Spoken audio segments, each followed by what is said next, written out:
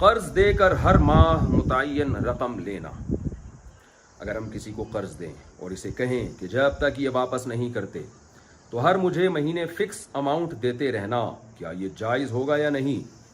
عبداللہ صاحب کراچی سے.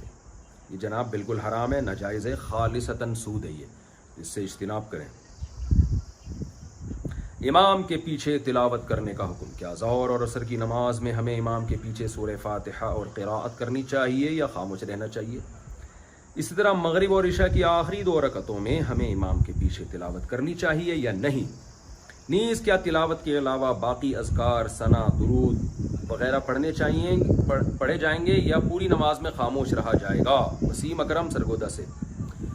باقی تو سارے اذکار امام کے پیچھے پڑھیں، سورہ فاتحہ اور تلاوت نہ کریں، کیونکہ صحیح حدیث ہے. علامہ البانی رحمہ اللہ نے بھی اس حدیث کو صحیح قرار دیا ہے کہ من کان لہ امام فقراءۃ الامام لہ قراءۃ. بہقی کی حدیث ہے، آپ صلی اللہ علیہ وسلم نے فرمایا جس شخص کا کوئی امام ہو تو امام کی قراءت مقتدی کے لیے کافی ہے. اور یہ جو بخاری کی حدیث ہے لا صلاۃ الا بفاتحۃ الکتاب، فاتحہ کے بغیر نماز نہیں ہوتی، تو صحیح مسلم میں پوری حدیث یوں ہے کہ من لم یقرأ بفاتحۃ الکتاب فصاعدا، کہ جو فاتحہ نہیں پڑھتا پلس تلاوت نہیں کرتا اس کی نماز نہیں ہوتی. تو ظاہر ہے امام کے پیچھے تلاوت کرنے کا تو کوئی بھی قائل نہیں ہے کہ فاتحہ کے بعد آپ قرات بھی کریں گے. تو جو اس حدیث کا مطلب ہے وہی بخاری کی حدیث کا بھی مطلب ہے. تو بخاری کی حدیث کا مطلب یعنی مسلم کی حدیث کا مطلب یہ ہوا کہ اکیلے نماز پڑھ رہا ہو تو سورہ فاتحہ پلس تلاوت، اور یا امام بنا ہوا ہو. مقتدی کے لیے نہیں ہے، کیونکہ مقتدی کے لیے سورہ فاتحہ کے بعد آگے مزید تلاوت کا کوئی بھی قائل نہیں ہے. تو بخاری کا بھی یہی مطلب ہے کہ جب فاتحہ کے بغیر نماز نہیں ہے، یعنی انسان انفرادی نماز پڑھ رہا ہو یا وہ امام بن کے پڑھ رہا ہو، تو ایسی صورت میں فاتحہ پڑھے بغیر نماز نہیں ہوگی. اور دوسری حدیث میں جو آ گیا کہ جس کا امام ہو امام کی قرات مقتدی کے لیے کافی ہے، تو اس میں بتا دیا کہ جس کا امام نے جب قرات کر لی ہے تو مقتدی نے بھی گویا کر لی ہے. مقتدی کی نماز پھر بغیر فاتحہ یا تلاوت کے کہلائی گئی نہیں.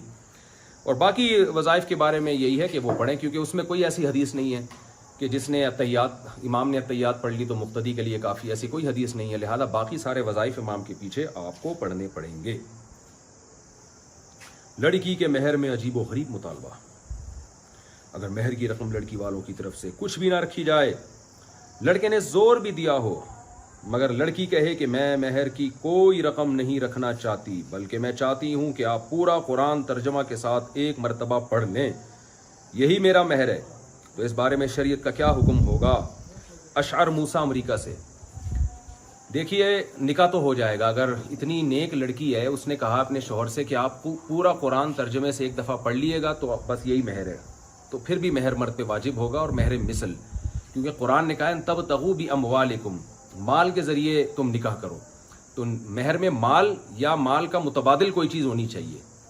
تو اس لیے شوہر پر پھر بھی مہر مثل واجب ہو جائے گا، کیونکہ مہر متعین نہیں ہوا.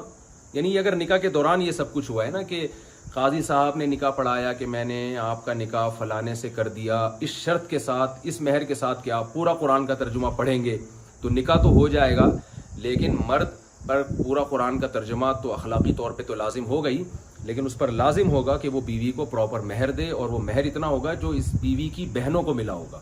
یعنی اس کے خاندان کی عورتوں کا جو مہر ہوگا نا، جو وہ ریشو نکالی جائے گی، اس کے بقدر آپ مرد پہ پھر بھی مہر واجب ہو جائے گا.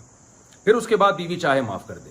تو اس لیے بہتر طریقہ یہ ہے کہ خاتون مہر رکھیں مالی، اور جب شوہر پہ وہ مہر واجب ہو جائے تو خاتون کہیں کہ آپ پورا قرآن ترجمے کے ساتھ ایک دفعہ پڑھ لے، جس دن آپ نے پڑھ لیا میں اپنا مہر معاف کر دوں گی. تو یہ تدبیر زیادہ بہتر رہے گی. یہ جو طریقہ ہے نا مہر کا، یہ اس شرط کی کوئی حیثیت نہیں ہے جو انہوں نے بیان کیا ہے. اچھا بھائی.